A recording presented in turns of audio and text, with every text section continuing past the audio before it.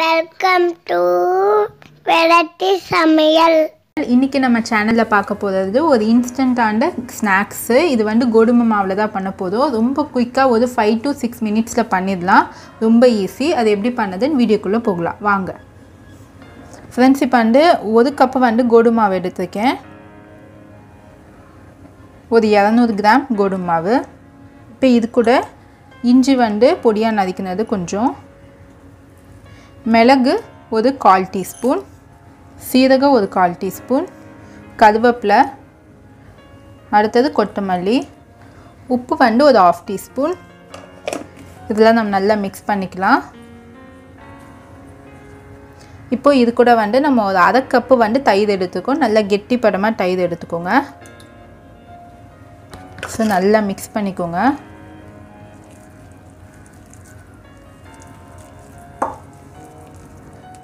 Friends, இப்போ வந்து நான் பேக்கிங் சோடா எடுத்துருக்கேன், ஆப்ப சோடா மாவு. இது 1/4 டீஸ்பூன்லேயே நான் கம்மியாக தான் எடுத்துருக்கேன். 1/4 டீஸ்பூன் அதில் வேண்டாம், அதோட கொஞ்சம் கம்மியாக எடுத்துக்கோங்க. இப்போ இதில் ஆட் பண்ணிடலாம்.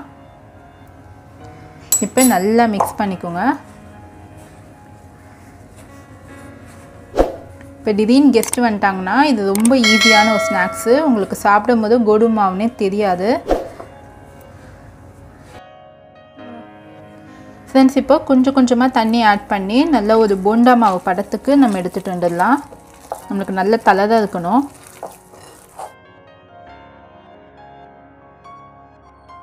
ஃப்ரெண்ட்ஸ், இப்போ பாருங்கள், நான் எந்த அளவுக்கு தலை தான் பிசைஞ்சிருக்கேன் மாவு. இந்த அளவுக்கு தலை தான் பிசைஞ்சுக்கோங்க. அப்படியே நம்ம கொஞ்சம் கொஞ்சமாக இப்படி எடுத்து போண்டா போட போதும். இப்போ நான் காரத்துக்கு பச்சை மிளகா, ஒரு பச்சை மிளகா நறுக்கினதை ஆட் பண்ணுறேன். இது முன்னாடியே நீங்கள் சேர்த்துக்கலாம். நான் வந்து மறந்துட்டேன், அதால் கடைசியாக சேர்க்குறேன். நீங்கள் சேர்க்கும் போதும் முன்னாடியே ஆட் பண்ணிக்கோங்க. இப்போ இதையும் நல்லா மிக்ஸ் பண்ணிக்கோங்க. இதுக்கு வெங்காயம்லாம் போடணுன்னு அவசியம் கிடையாது. ரொம்ப உங்களுக்கு சூப்பராக மைசூர் போண்டா மாதிரி இருக்கும் டேஸ்ட்டு. ஃப்ரெண்ட்ஸ், போண்டா பொரிக்கிறதுக்கு நான் எண்ணெய் காய வச்சுருக்கேன். இப்போ வந்து கையில் வந்து கொஞ்சம் தண்ணி நினச்சிக்கிட்டு அதுக்கப்புறமா போண்டா போடுங்க, இல்லைன்னா கையிலே ஒட்டிக்கும். ஷேப்லாம் அவசியம் இல்லை, நம்ம ஒரு சின்ன சின்னதாக இப்படி எடுத்து இப்படி போட போதும். நெக்ஸ்ட் இதை வந்து சுட சுட சர்வ் பண்ணுங்கள். ரொம்ப நல்லா டேஸ்ட்டாக இருக்கும். ஈவினிங் டைமில் இது ஒரு நல்ல ஒரு ஹெல்த்தியான ஒரு ஸ்நாக்ஸு.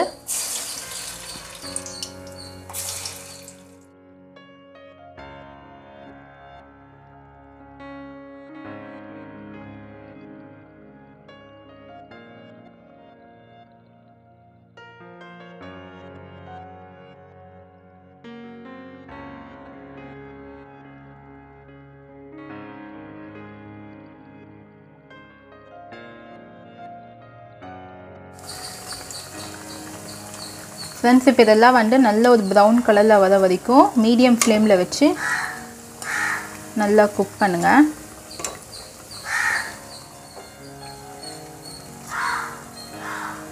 ஃப்ரெண்ட்ஸ், இங்கே பாருங்கள், நல்லா போண்டா வந்து நல்லா ரெடி ஆகிடுச்சு. இந்த கொஞ்சம் சலசலப்பு நின்னதுக்கப்புறமா நம்ம எடுத்துடலாம். உள்ளெல்லாம் வந்து நம்மளுக்கு நல்லா வேகணும். அதுக்காக நல்லா ஒரு சிம்மில் வச்சு நீங்கள் நல்லா வேக விடுங்க.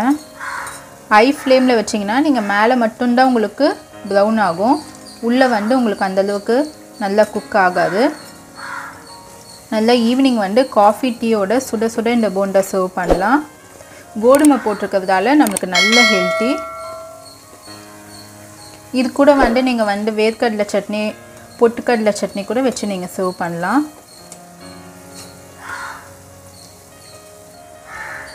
ஃப்ரெண்ட்ஸ், இப்போ பாருங்கள், இப்போ நம்மளுக்கு சலசலப்பு கொஞ்சம் நல்லா கம்மியாகிருக்கு. இப்போ வந்து நம்ம பிளேட்டுக்கு எடுத்துடலாம். நம்மளுக்கு அதிகமாக எண்ணெய் கூட இழுக்காது இந்த போண்டாவில்.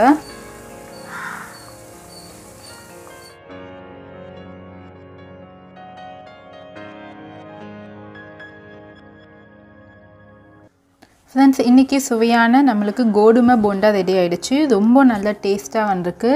உங்களுக்கு போண்டாவும் பாருங்கள் நல்லா சாஃப்டாக வந்திருக்கு. பாருங்கள், நல்லா கிறிஸ்பியாக வந்திருக்கு. உள்ளேயே வந்து நம்மளுக்கு நல்லா வெந்திருக்கு போண்டா.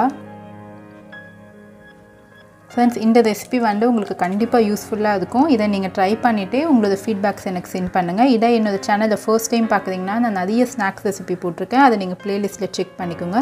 சுவையான உணவுடன் ஆரோக்கியமான வாழ்வு. தேங்க்யூ.